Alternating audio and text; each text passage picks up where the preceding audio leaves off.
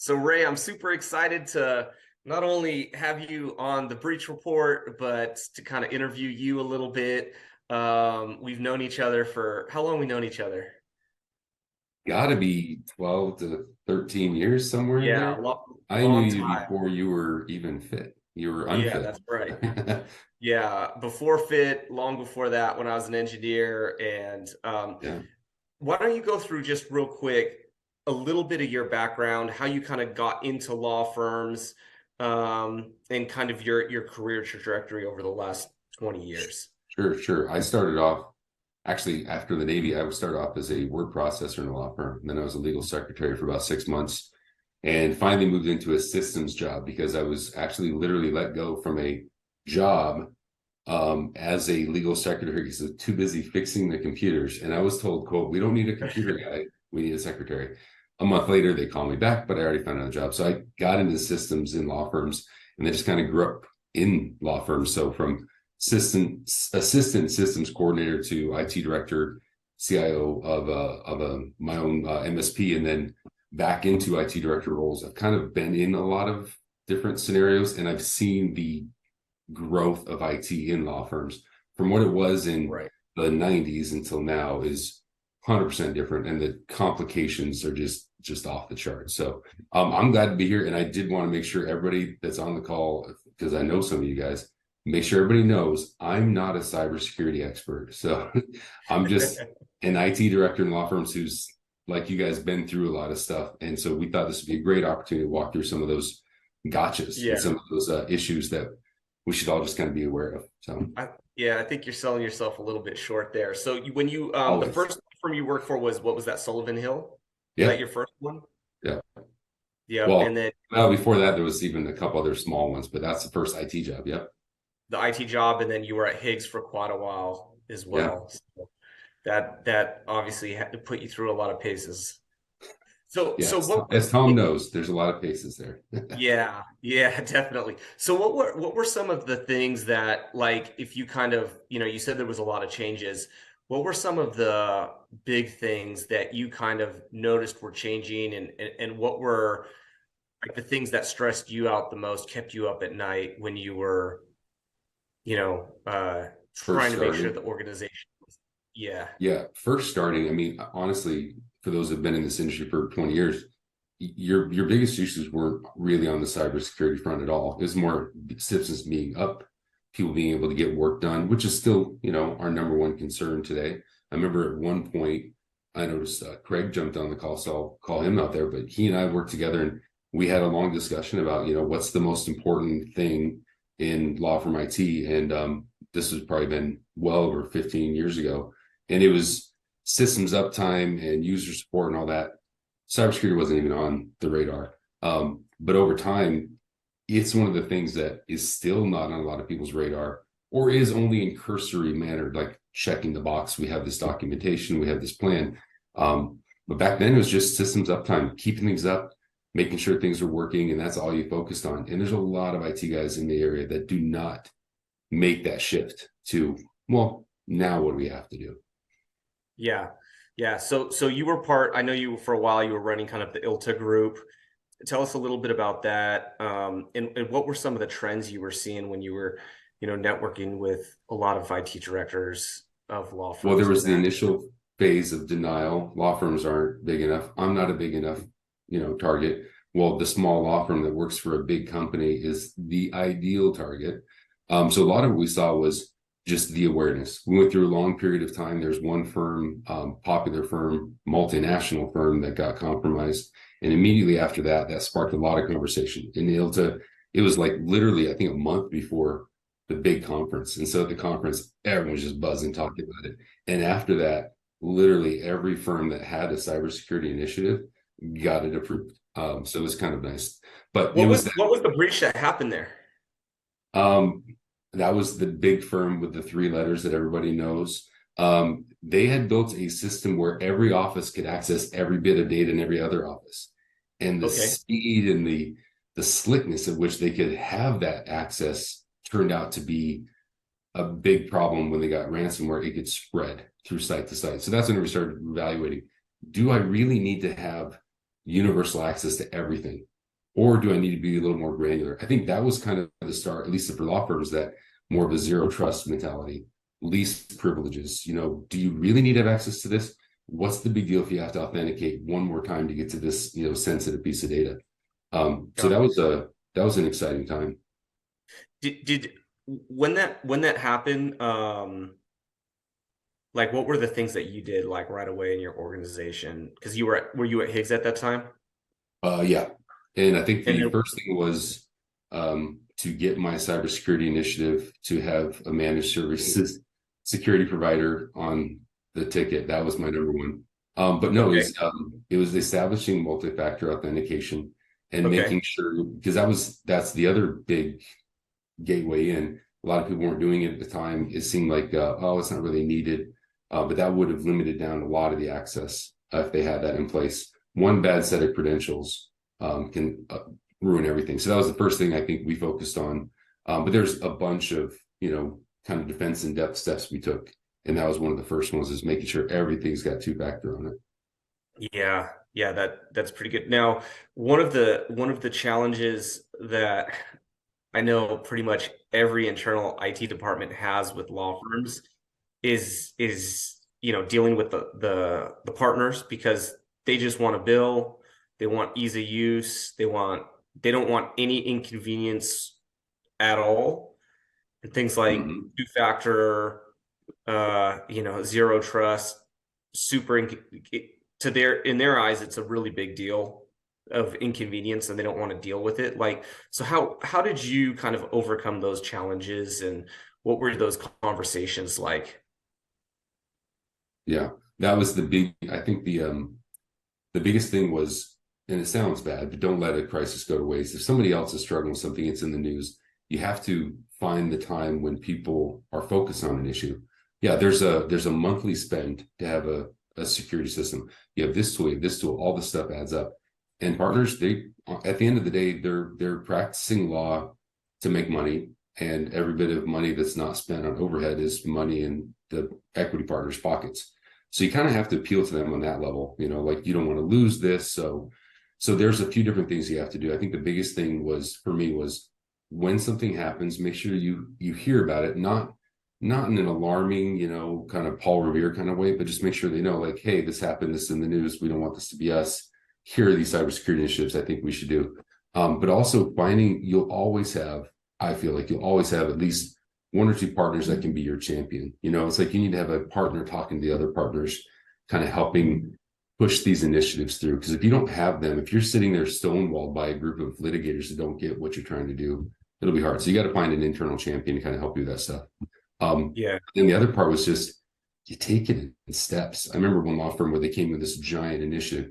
You do something huge and you're going to pitch something that's going to cost, double your IT budget 1 year. Guess what's going to happen? It's going to get denied and you went nowhere. So you need to be a little bit more, I don't want to say defense in depth, but you kind of do your phases. We're going to do this first, and we're going to do this, and we're going to do this, and then get those things approved as you go. So I think that kind of helps, because if nothing else, at least do this, or if nothing else, at least do these two steps, even if you can't do all 20 you want to do. Does that make Yeah. sense? No, I like that. Stephen McHugh said client audits fix those issues now. I mean, we've kind of seen that where clients are coming with their list of questions that they want Yeah, answered. And that's another good driver. So it it's a could be, huge driver. That's huge. So we've, a lot of times they don't know how to answer a lot of those questions because it's about, how backups are handled, data is handled, monitoring, permissions, things like that. They'll kick it over to the IT. That's a perfect example where you can say, hey, look, here's all the yeses that we do. So I would highly promote what you're doing because you need to promote because obviously every IT department, any good IT department is working really hard and probably has a lot of those checks. So I would use that as promotion. Hey, look, great news. We're doing these ones, but here's the ones that we can't in good faith say yes to. And this is why. And that might be an opportunity because if the client's big enough and they don't want to reply a no to a client that they know is yeah. probably have issue, they're going to want to make the change. And then suddenly some budget might appear for that. One of the questions that they ask in those audits, preferably one thing I know in the ILTA community, we all kind of share those back and forth, like, hey, I got this new audit from somebody, and this is the kind of questions they're asking. Like, what do you think? What do you guys? Because what happens is those questionnaires from clients have morphed over the years. They're getting a lot more in depth, and they don't want to just see, like, before you could be honest, like, no, we don't have that right now, but we're looking at it right now. They're like, well, we'll do business when you do have it, so they're asking more questions, they're asking better questions, and they're wanting to see actual samples of proof that it's in place. So yeah, that's another big push. So it's finding somebody else having a compromise where you can piggyback on that. We don't want this to be us. It can be client questionnaires coming in. It can be something happening in your own environment that's kind of an aha, got you kind of thing. So again, not to be an alarmist, I don't think the people that go in and are those alarmists ever really effectively get what they want to get accomplished, but still making sure that you're bringing these things up, having these constant conversations about them. So yeah, thanks for that, Steve. That was good. Yeah, that was good. Eric kind of added to that. He said deliverables include risk registered board decks and journey maps. So that's Yeah, huge. they're not just Another, asking for you to check boxes anymore. They want to see actual proof that you're doing what you say you're doing. yeah, yeah, definitely. So another opportunity that I know this is kind of going into like a whole separate conversation, which is cybersecurity insurance, but usually once a year, there's time that now those cyber questionnaires are becoming way, way more in depth. Like there Mm-hmm. it used to be like no questions, then it was like, a few questions. Now they have like really in-depth questions. And I've even seen one insurance provider run their own external vulnerability test slash pen test against the customer's environment. So it wasn't internal, it was just external. But even so, the fact that they were like kind of rolling up their sleeve and like poking to see what they could find was pretty telling of where the industry's going. And so, when you're filling that out, that could be another opportunity, not only to be like really honest, because that could come up if there's ever a claim in there that they, don't deny you for some reason, but that's another thing. Go to the decision maker, say, hey, look, we don't have this. Like, it's either gonna mean it could mean different things. It could mean that they don't want to cover you. It could mean that the premium they will cover you, but premiums go up, or maybe the payouts aren't as big. Like there's a lot of different things there. So GRC tooling, great for organization, quick for attestation. Nice. Maybe throw a link in there. That'd be great. I think everyone would enjoy that. So But real one quick, I quick, did want to point out, because I think that was yeah, one thing we had talked about before, is um, policies and cybersecurity insurance, and having those. I mean, having all the best policies in the world isn't really going to protect you, right? It's really just more on the HR back end. Can you fire a person for breaking your policies? And the same thing with cybersecurity insurance. Having the insurance isn't going to help you in a breach. It's not going to recover the goodwill lost to your clients or potential clients when you get breached. It's just, can you recover some of the things? So some of those things, again, I don't look at those as an internal IT guy. Those are good things to have, but they're not going to protect you. Really, what comes down to protect you, that's what the in-house IT staff is focused on. yeah, that's really good. So how were you when you were kind of in this role? How were you from the IT perspective as kind of the leader of the IT department? And then obviously you had to take this to the decision makers. How were you weighing risk versus usability or risk versus cost? That's a good one. That was the somebody once said, I think it was at an ILTA conference, somebody said that technology left to technologists would become unusable, right? Like, we can, by our very nature, complicate the bejesus out of something to where people can't use it. So there's always this risk versus usability.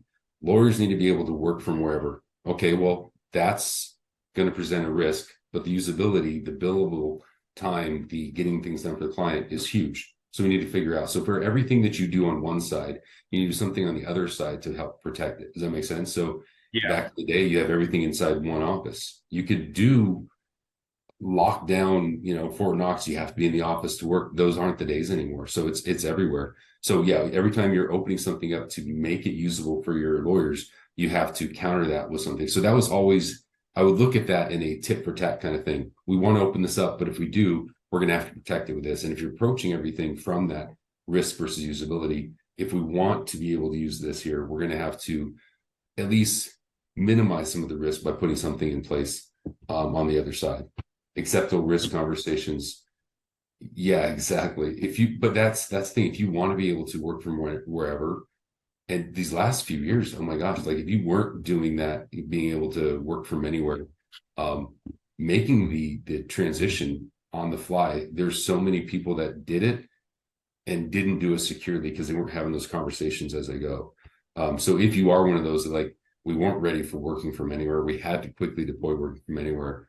Going back and addressing those security concerns that you opened up by doing that, that's probably well maybe too late, but good time to do it now.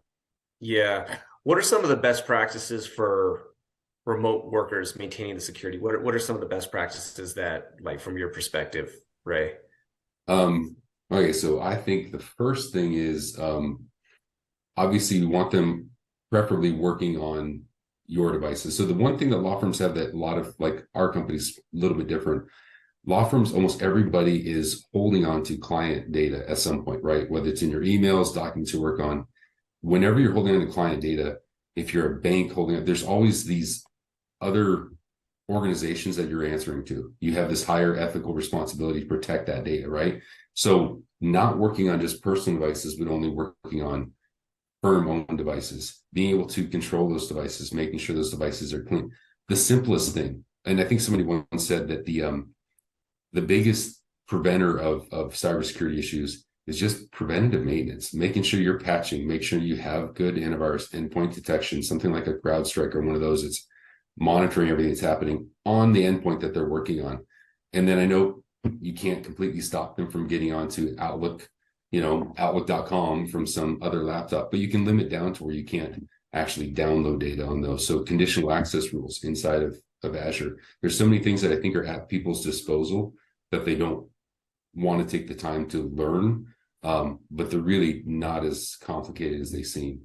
Does that make sense? So Yeah. two-factor authentication, using firm-owned devices whenever possible that you have control over, and then good hygiene, making sure you're keeping your systems patched so you're not susceptible to the latest vulnerability. And that includes all the endpoint systems. The places that stuff's coming in from is going to be the individual attorney sitting at a Starbucks somewhere.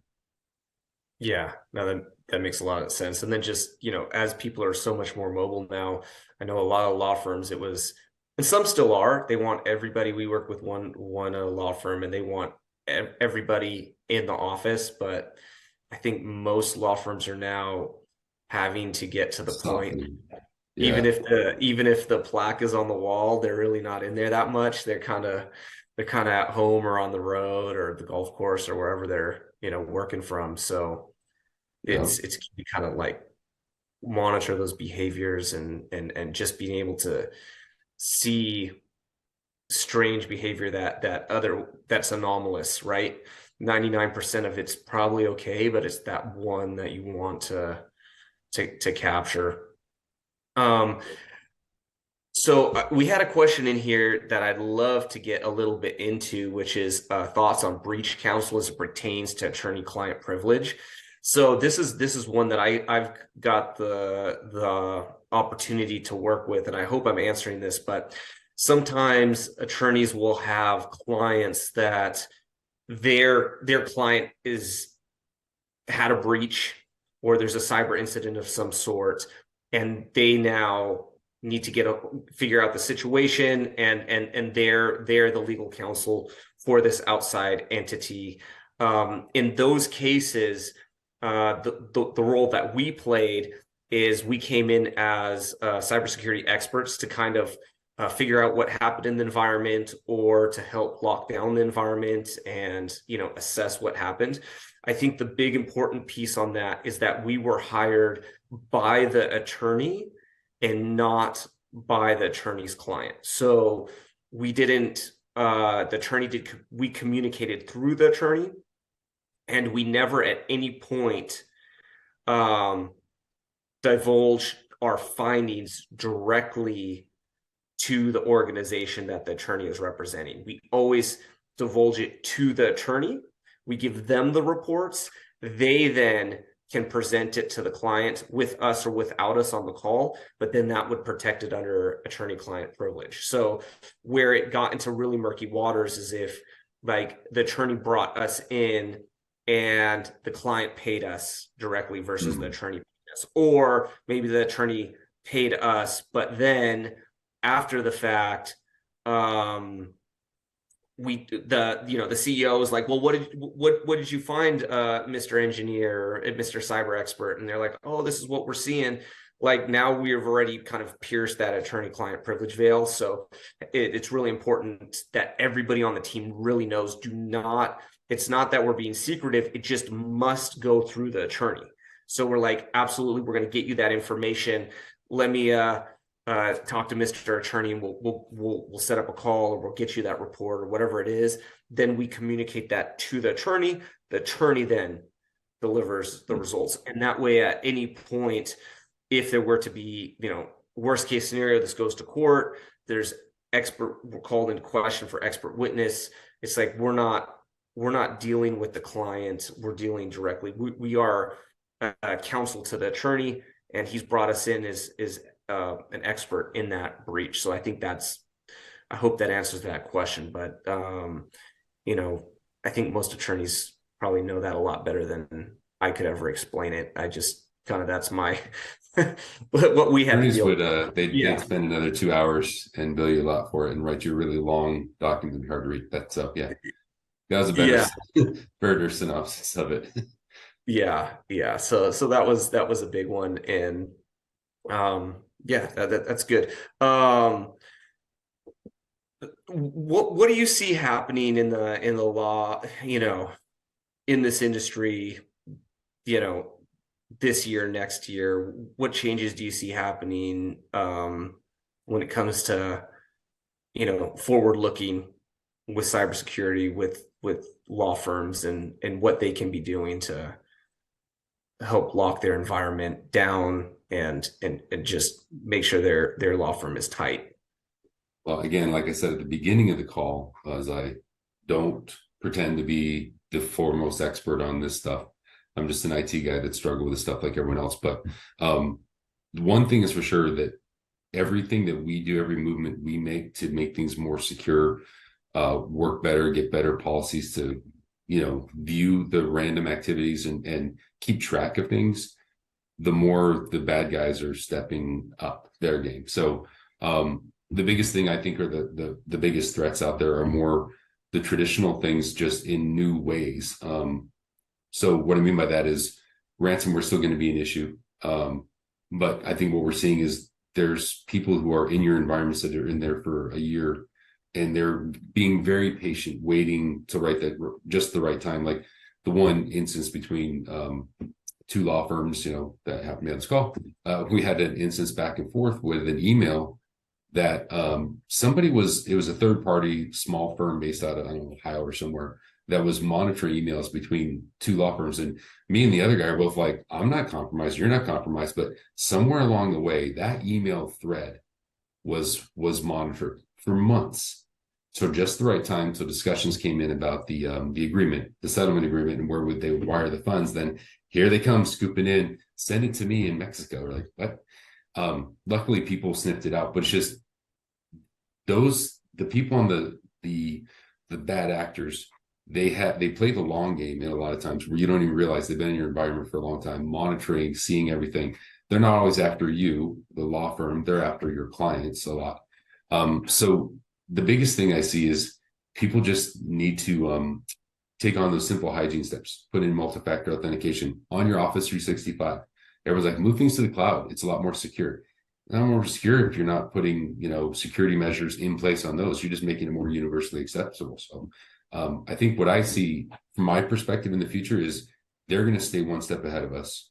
We'll never be, what's the saying? Like, if somebody wants in your environment, you won't be able to keep them out. It's just a matter of putting up enough blocks, barriers to not be the low hanging fruit, right? So somebody comes by and knocks on your doors and shakes your windows, tries to get in, they can't get in, they move on. But if somebody wants to break in and they camp out and they're there, you want to make sure you're building in enough safeguards to where the simple guys aren't going to get you, the more complicated, more complicated, you're never going to be able to spend enough money to completely keep out everybody, but at least make yourself not the low hanging fruit and accept that there are smart people out there that are trying to stay one step ahead of you. Partnering with a company that can help you. That's the other thing, is realizing what you don't know. So part of what I did at Higgs was sign up for managed security services. I can't have a full-time SOC analyst on my inside my environment in my IT staff. So realizing that's a limitation I have, finding somebody to help me with that, and then just making sure the tool sets you have are actually working. Just buying a tool, saying you have a tool, is not the same as that tool actually protecting information. So evaluating those tools. The tool you bought 3 years ago may not be the best in breed today. So I think those are the things. It's an ever changing evolution. That was a Yeah, good and non-answer, wasn't it? Just kept no, going. that was good. No, and that's I think how our relationship started is you as the client, and now you're on the team, which we're super stoked Yeah. about, and been great for us. So so one of the things that I kind of wanted to touch on, something you said, was like, you can't, if someone really wants to get in, keeping them out. And I think that's a good approach, good mindset, because it's about like being able to know also, not just, yes, you want to prevent everything you can, but if they have a stolen credential, even with two-factor authentication, we've had scenarios where someone got their Apple ID, they logged in with an iPad in a different place, so they were able to authenticate their own. They had the Yeah. stolen credentials for the user account. They also had the stolen credentials for the Apple ID. So then they logged in, and from the messenger, they could, you know, approve their own login. Yeah. But we were able to see that happen because it was out of a strange a city that this person had never logged into before. And then we kind of started digging in, and we said, hey, how did they authenticate themselves? This is weird. They were logged in at two places at the same time. How is this possible? And then kind of figure it out that way. So I think also just having, um, human resources, like if you got a village that you're trying to protect, you don't just need guns, you also need people to have the guns, right? So it's kind of like you Yeah. can't only rely on the tools, you also have to have that human aspect you know to leverage it. So that was pretty cool. Oh, um and the one other piece that I just kind of, with all this talk about AI and all the stuff it's doing, I feel like people get AI and machine learning kind of a little confused, but it seems like as we progress, the more we can, I mean, others are going to be using the technology, the more we can triangulate, is that the right term? But taking information from multiple data points, right, and analyze them. I think that's one of the things that we try to do here, at least, is make sure if we're seeing this, we're seeing this, we're seeing this, those things together raise enough flag that somebody can look at it. You could easily get swarmed in alerts. And then what's the saying? If everything's important, nothing's important. So making sure you have, whether it's an AI based, machine learning based type of a system that's synthesizing all this information and then letting you know, alerting you of those important things that you need to look into further. Lots of times they're not. We send an alert to the client. They're like, "Oh yeah, we know about that. That's fine. Yes, that user really is in Russia today." Something like that. yeah But if they didn't know, it's gathering those different data points. You logged in from the U.S. and you logged in from Russia. 10 minutes later, are you really in both places? Well, yeah, we're using a virtual desktop, so it is. We're getting it from Russia and then virtual desktops in the US. Okay, that makes sense. But just finding those different data points, they may not mean anything on their own, but collectively they mean more. So Yeah, no, I like that. One question was about like purple teams emulating attacks and how to tighten up the network environment from that. So that's a really good point, because you typically have red team, which is like the penetration testers. Then you have the blue team, which is the defense, and it's great to have them working in harmony, because you want a pen tester, as they're testing, you want the blue team to actually be responding to that and seeing, seeing it, do yeah. they actually notice it? Is there alerts being generated? If no, then you maybe not getting enough event sources, or the tuning is too tight, and you're not getting enough false positives, right? So you're kind of balancing that. And then the purple team members typically kind of like do a little bit of both, and they're they're they work with the red team, they work with the blue team to kind of marry the results together, and also during the testing process and so on. So a good example is on a vulnerability scan. Say you run like a Nessus or Qualys vulnerability scan. Um, you'll have the high, medium, and lows, and we've seen that in a lot of environments when we actually do a true penetration test, not external but internal, when you do the internal piece, there's like 3 lows that when used in combination, you can grab the administrator password hash on a lot of networks. Like I'd say it's probably like 60% of the networks were able to grab that administrator hash. But if you were just kind of only, if you weren't actually doing that true test, you were only relying on the vulnerability scan, they would show up as lows.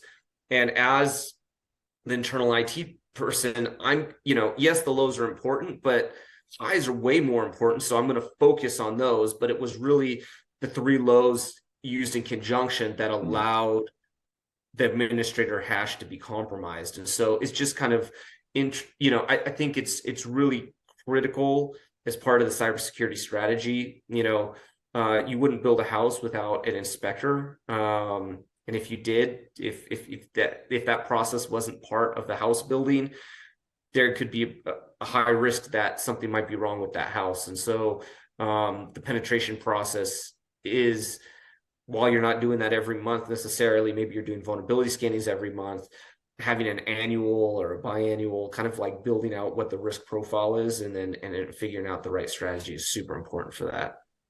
Yeah, and I noticed there was another part of that question that Eric had asked about what threat actors CVs are common. CVs are common in the legal space. And I feel like the legal space is just the same. So there's the targeted threats where people are coming after you using more, and that's more social kind of, at least from what I've seen. Just got to preface that. But the random scans, if you have an IP that's public facing, you're going to be susceptible to all the same stuff that everyone else is, from log4j to just denial of service.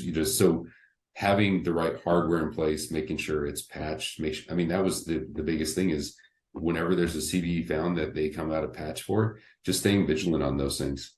Being in a state of continual, I want to say like DevOps type of a strategy, but to some degree, your environment is always in a state of flux. And so many times lawyers, especially, they don't want to change anything. I just want to do what I've been doing. I can't have this downtime. You can't bring it. It's like, you have to have this stuff built in. Regular monthly maintenance, keeping things clean. You're less likely to get hit by these things if you're just keeping good hygiene, So to that point, I feel like it's all of the above. And if you have purple teams trying to emulate those things, just whatever's hot in the news usually tends to be within the first, I'd say, week to month of these things coming out. That's when all the posers out there are just trying to do the same thing. Hey, there's this exploit that's been publicly available now. Boom, it hits everything, and we see it. We see the traffic. Yeah, Log4j has been like, a lot of people don't really understand the full implication of like what happened there. It was so big. So many businesses were compromised that what people don't realize is that a lot of organizations were infiltrated, but criminals just didn't have time to do anything with it. They just had a foothold. And so they now just checked to make sure they could. They'll sell you access to companies they already have access to that they just didn't have time to do anything with. And so they'll, like, before you could, like, on the dark web, buy tools like, hey, I need a ransomware tool. Now you can actually buy companies that already have a foothold in, and they're like, here's your access. We got access. We haven't even got around to it, doing anything with it, but here you go. Take a whack at it, and I'll sell you it. So that's kind of just crazy. To think about that someone might have an access to an organization, whether it be a law firm or something else, and the criminal just hasn't had time to get around to it, and now they're selling it to another criminal that might have some time or interest to try and do something with it. Yeah, it's pretty scary. I think we're over time, so I want to be respectful of other people's time here. This is good conversation, though. We got too deep into it, Ray. But hey, I appreciate you coming on and having this conversation. And we thank everybody that participated and got to listen live. And then for all the listeners that'll listen later, if you have any questions, we would love to answer them for you. Please reach out anytime. And have a great Wednesday, everybody. Thanks for coming, everybody. Thank Good to see you. some of Talk to you. you soon. See ya. Bye.